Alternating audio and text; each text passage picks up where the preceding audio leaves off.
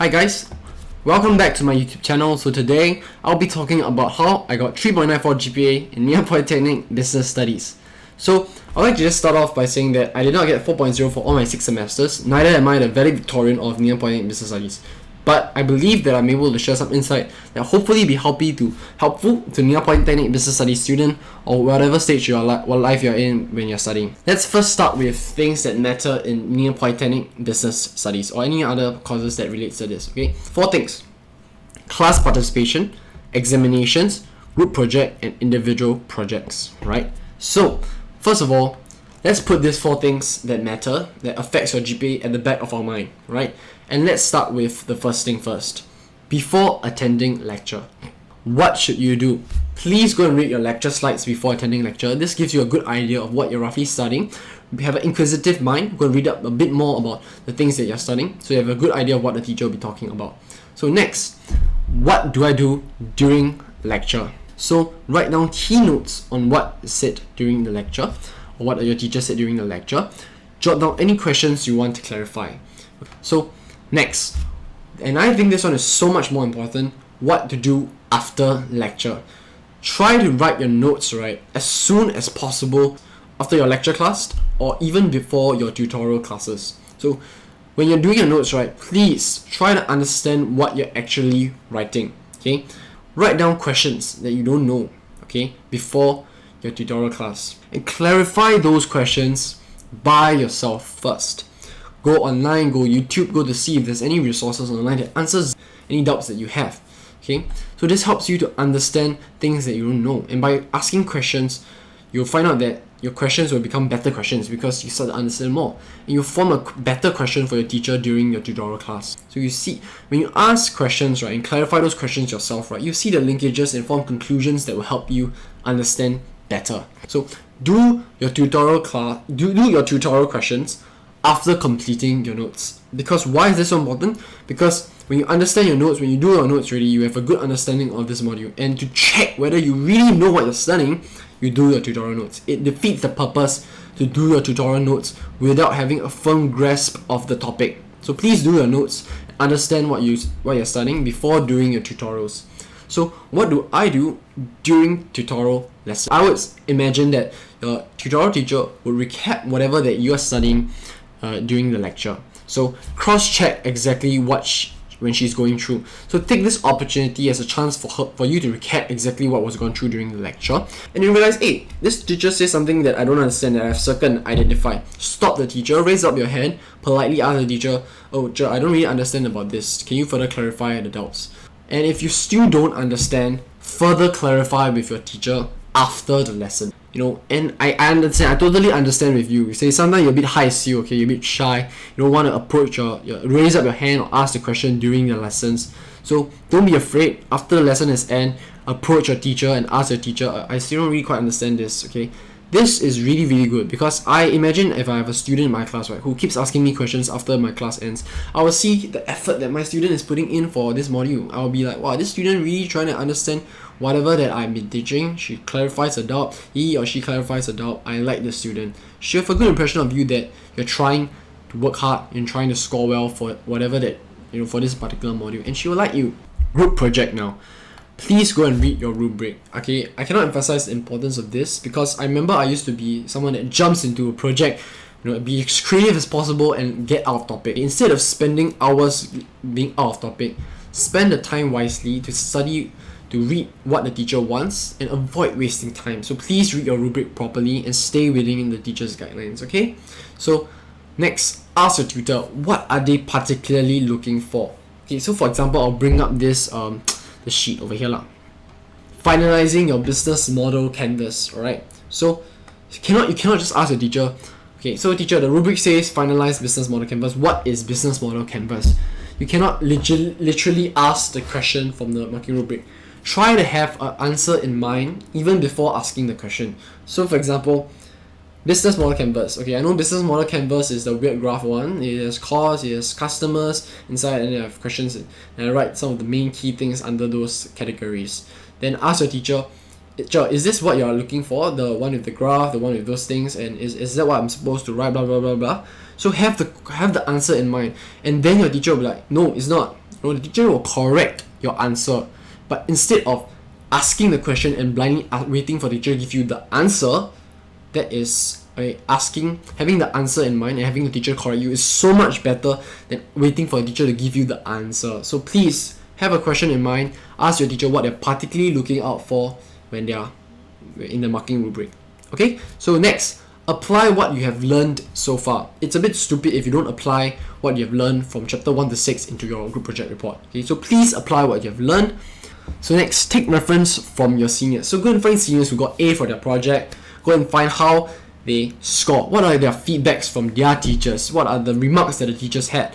Okay, how did they link from this topic to their report? What kind of examples did they give? Okay, and then obviously Ngee Ann Polytechnic takes plagiarism extremely seriously, so please don't go and copy your friends or your seniors report.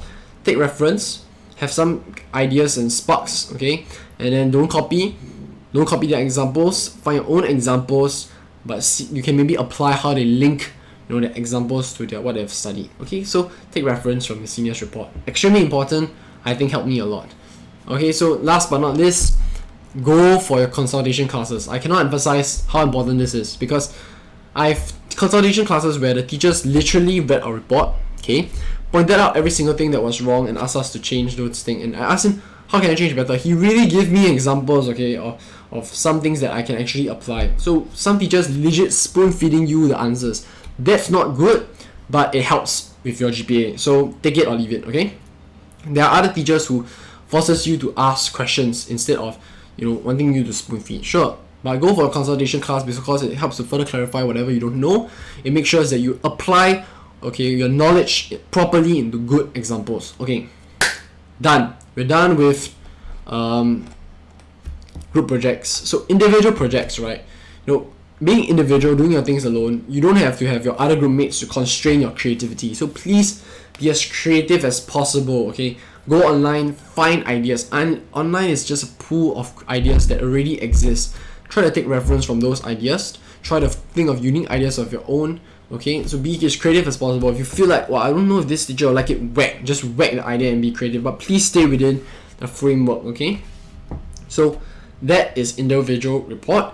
Okay, and it's the same thing for the group project. Bring whatever that I said in group project back into individual report, and plus be more creative. Okay, so next we have exams. Okay, wow, exams is a big part of your GPA. Okay, some modules will have a big weightage, like 30%, 40%. Okay, so my tip for you is to prepare early, 3 weeks to 1 month in advance. Okay, and when you're studying for your exam, please make sure you fully understand what you're studying. Okay, this is the last time you can make sure that you understand. Don't try to cheat yourself into thinking that you understand because you're lazy in finding out more about this particular module. Okay, so don't cheat yourself, because at the end of the day, the only one that's going to hurt and going to cry from getting bad result is you. So just clarify your doubts. Make sure you understand so that you don't feel uncertain or not confident or not be able to answer the question during the exam.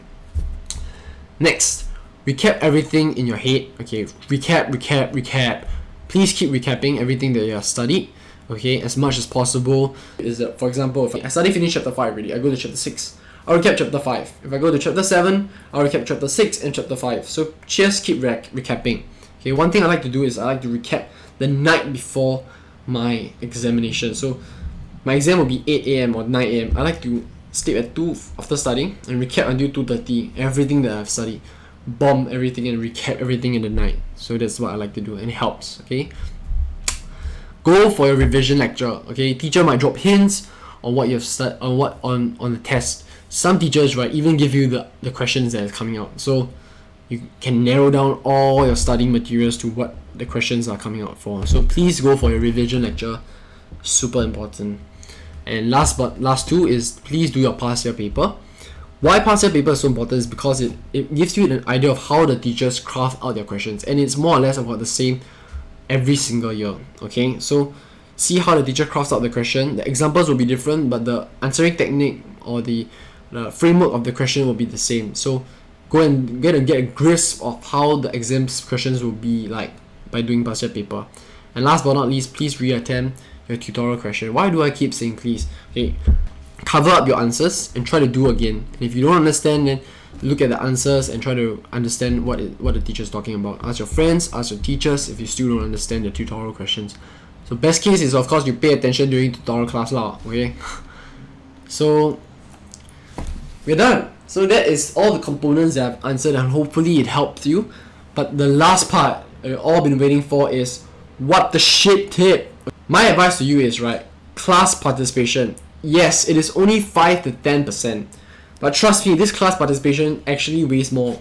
It's actually about 70%. Okay, why is it so much? The reason is because, right, let me give you an example. Imagine if you are a teacher teaching a class.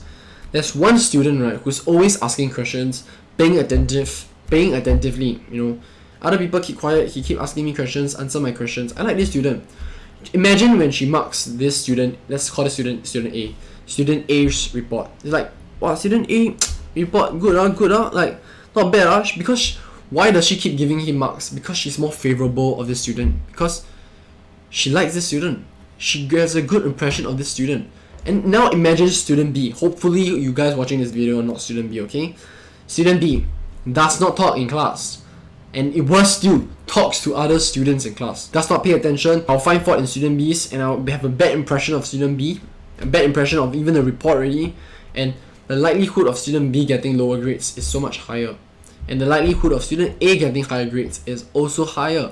So please ask good questions, be more active in class.